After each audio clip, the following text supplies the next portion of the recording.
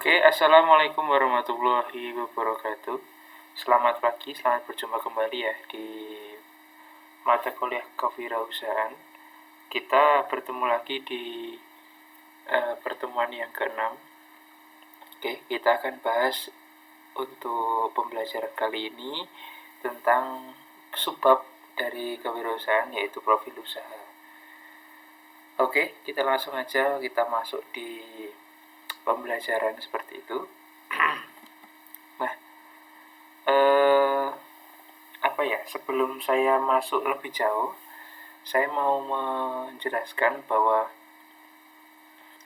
untuk kewirausahaan ini saya tidak akan meng-share mungkin pengalaman saya atau beberapa hal yang berhubungan dengan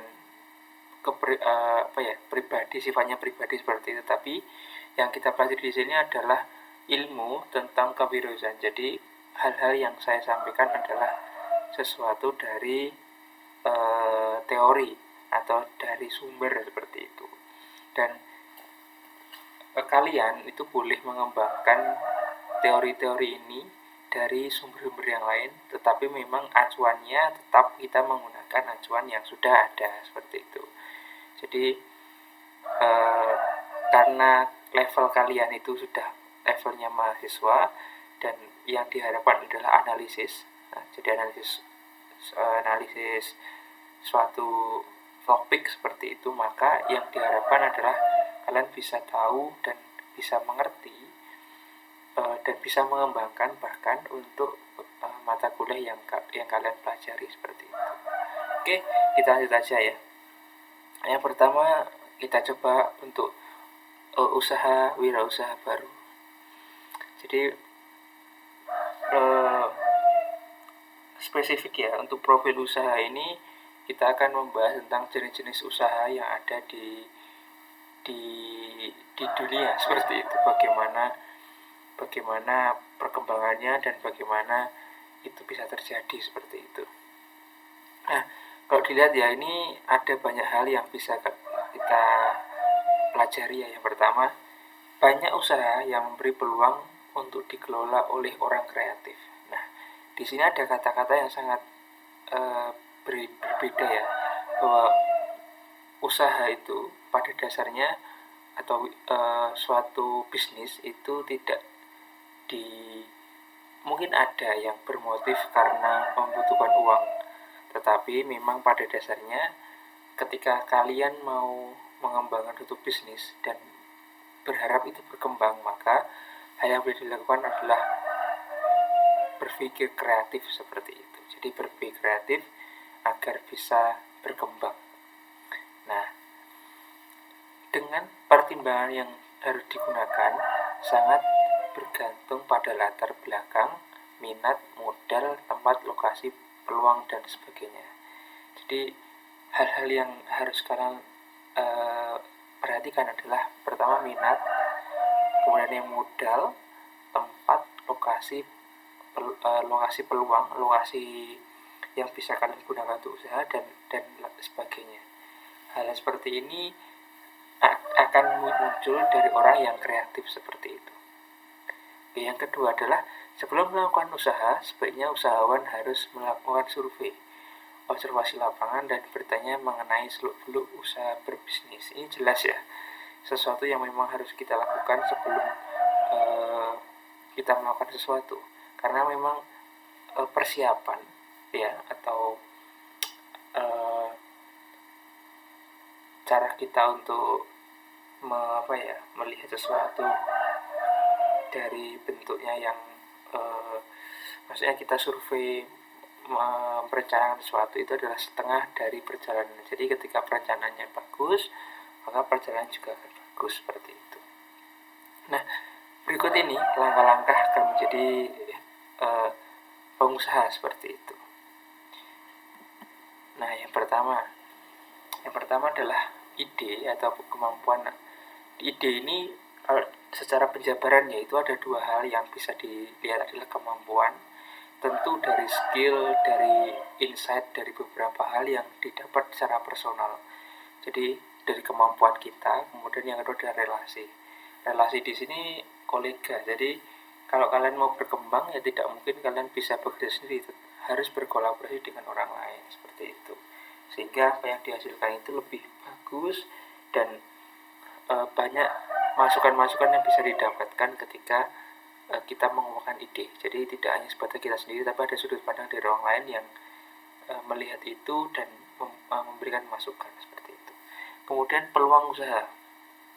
Dengan adanya kemampuan atau sesuatu yang kita bawa secara personal dan kemudian relasi yang berbentuk ide, maka adanya peluang usaha.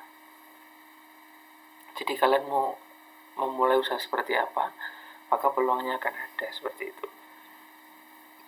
Tentu ketika kalian memulai usaha, ada beberapa yang harus diperhatikan. Yang pertama, kerja keras, manajemen usaha, dan hemat menabung. Maka orientasinya adalah kaya.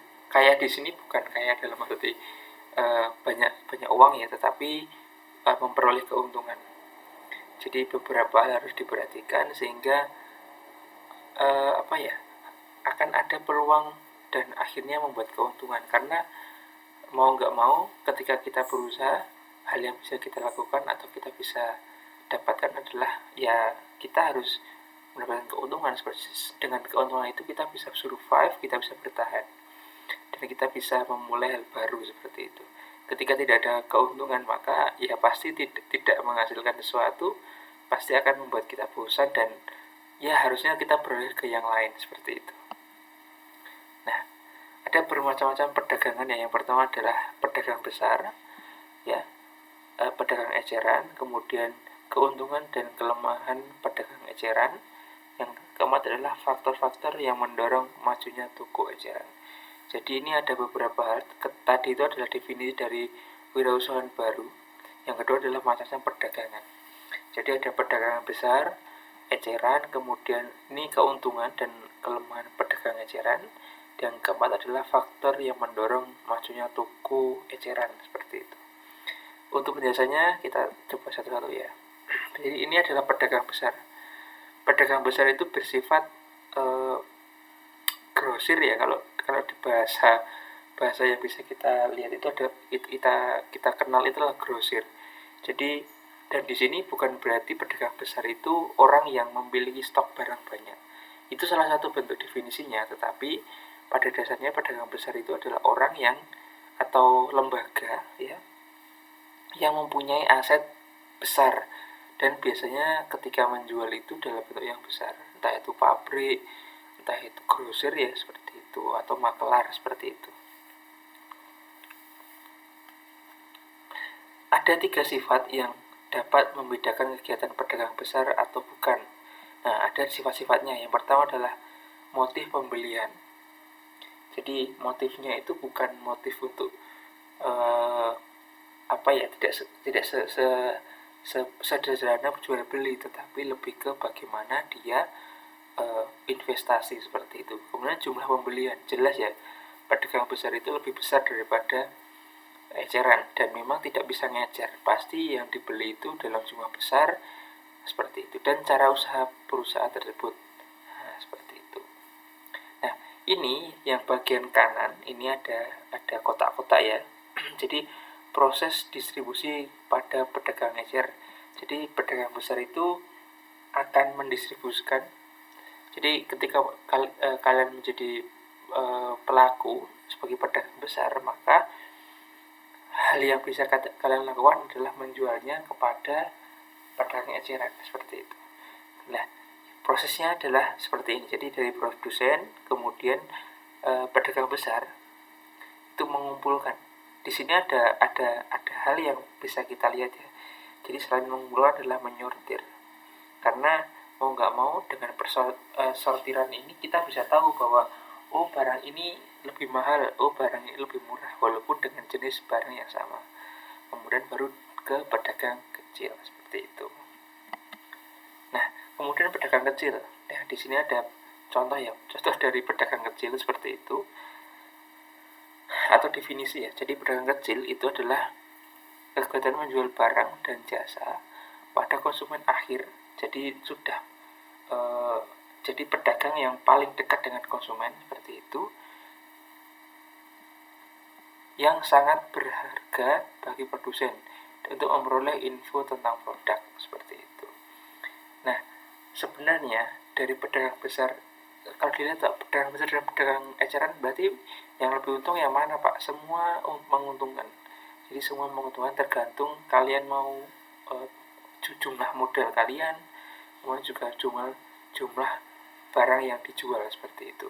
Karena pedagang besar kalau tidak ada pedagang eceran pasti tidak bisa menjual barang, karena mengandalkan pedagang eceran untuk menjual barangnya, karena yang paling dekat dengan konsumen adalah pedagang eceran seperti itu. Ada beberapa tipe. Yang pertama adalah store retail, ya ini ya, pedagang eceran toko. Nah, kemudian non store retailer, pedagang eceran bukan toko. Yang tiga adalah retailer organization atau organisasi pedagang eceran. Oke. Kemudian pedagang eceran dapat diklasifikasikan menjadi beberapa menjadi pedagang eceran besar, pedagang eceran kecil, dan seperti itu ya. Jadi pedagang eceran itu kan gini, biasanya pedagang eceran itu bisa ngecer seperti itu.